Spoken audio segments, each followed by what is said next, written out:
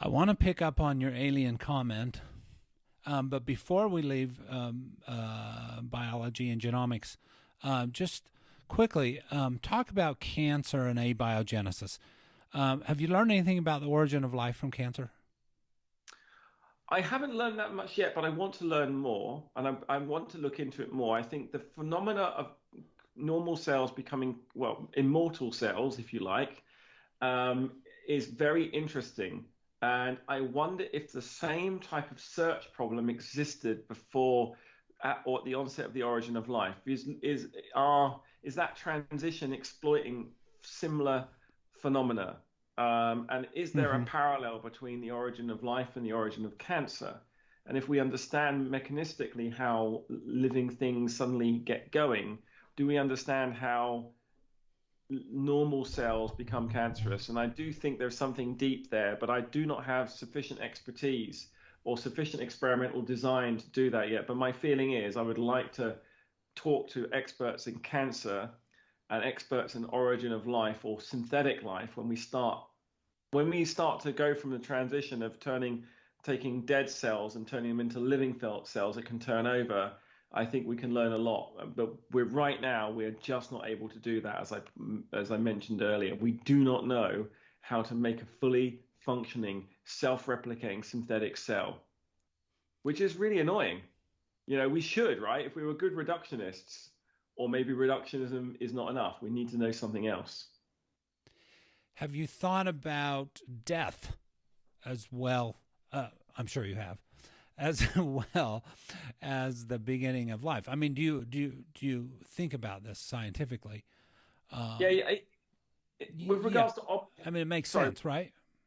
yeah, yeah. I mean, if you, in terms of a combinatorial explosion, if you don't have ceasing to exist, so that's, I suppose, equivalent to death, then you can't explore the space because you've only got a fixed amount of material. So if you don't recycle, you can't. You just get trapped in a non very productive space. So, death in biology, I mean, I would say on death, yeah, death in biology is probably pretty important if resources are limited. You don't have an infinite amount of phosphate, right?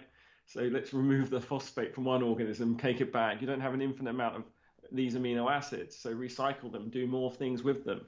And I think that is aided by the process of death in a constrained environment. Of course, if resources weren't constrained, probably you wouldn't need to die.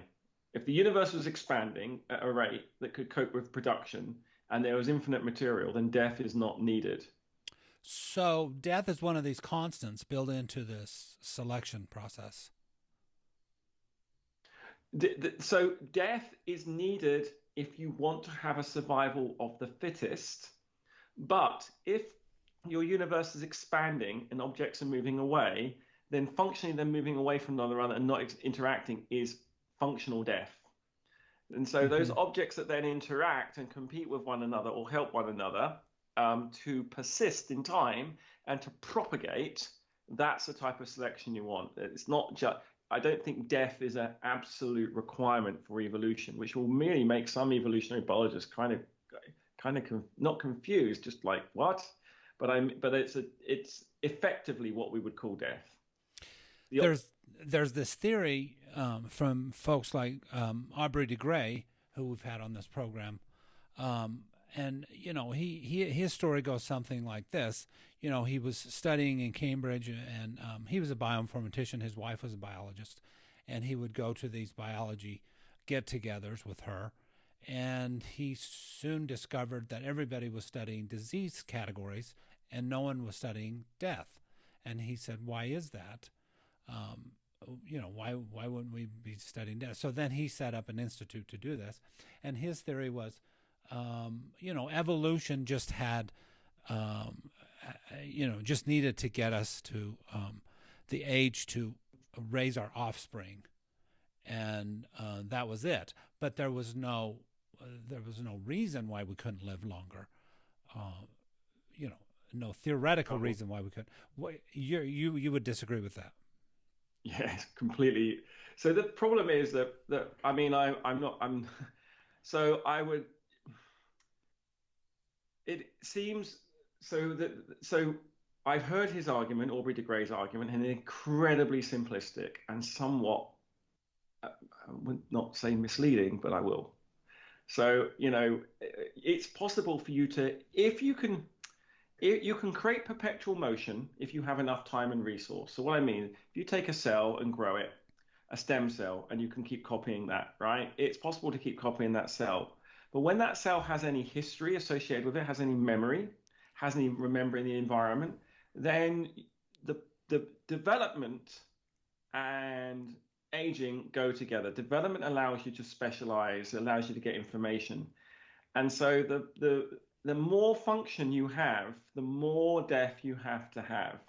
And so, sadly, for human beings, it's not possible for us to escape multicellular creatures. You cannot really escape that velocity. We might be able to do some really interesting things to prolong life, and maybe that's where he's going with study of death. But I do think that studying death, studying disease is a play on words. Life doesn't exist in that regard, so death doesn't exist. What exists is existence and persistence and maintenance of structure. So we understand regulation and dysregulation, maintenance and entropy. Then you can say, well, how do I minimize this, and what tricks can I use? And it's possible that you might be able to do things, but I don't want to pour cold water on aging research, because I think it's brilliant that we're trying to make humans healthier and have better outcomes for longer. But I do think there's a fundamental limit, and it's tied into the limits given to us by the bonds in biology, because bonds break. And no matter what you say, bonds break, and we can't replace the genome in every single cell in the body without restarting. It's cheaper to start again, and that's what nature does. It's just our egos.